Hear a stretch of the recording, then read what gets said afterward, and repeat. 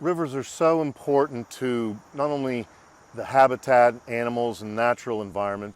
Реките се толку важни не само за живеалиштето, животните и природната средина, туку и за луѓето. Реките обично се таму каде што ја добиваме нашата вода за пиење.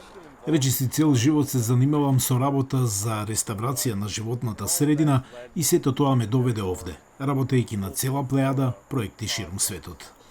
Бев мотивиран да дојдам овде и да работам на Накостија затоа што сакам чиста вода. Овде сме во овој клуб, еден од 4 бродски клубови покрај реката. Овие клубови во основа беа афроамерикански. Првиот беше основан од Елеонор Рузвелт.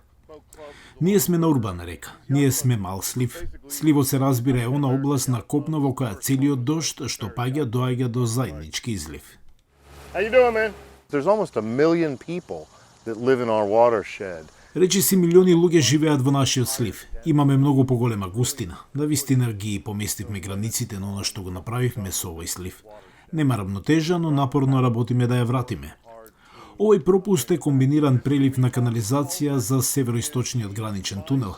Областа има она што се нарекува комбинирана канализација, а тоа значи дека има една цевка што ја носи канализацијата и атмосферска вода. Ние испуштаме милиарди галони сурова отпадна вода во реката секој пат кога врне. Нашата организација имаше проблем со тоа. Таму на тоа дрво има орел.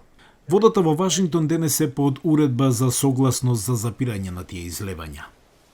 Another day in paradise. So the Anacostia River that I'd like to see in 10 years. Реката Накостија што би сакал да ја видам за 10 години ќе биде место каде што илјадници луѓе доаѓаат во текот на неделите и летните месеци за да се капат во неа.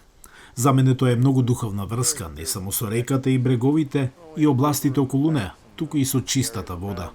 Чистата вода е толку критична за животот и мислам што повеќе луѓе се враќаат и ќе го препознаат тоа, повеќе ќе ја ценат, ќе и се восхитуваат и ќе ја почитуваат реката.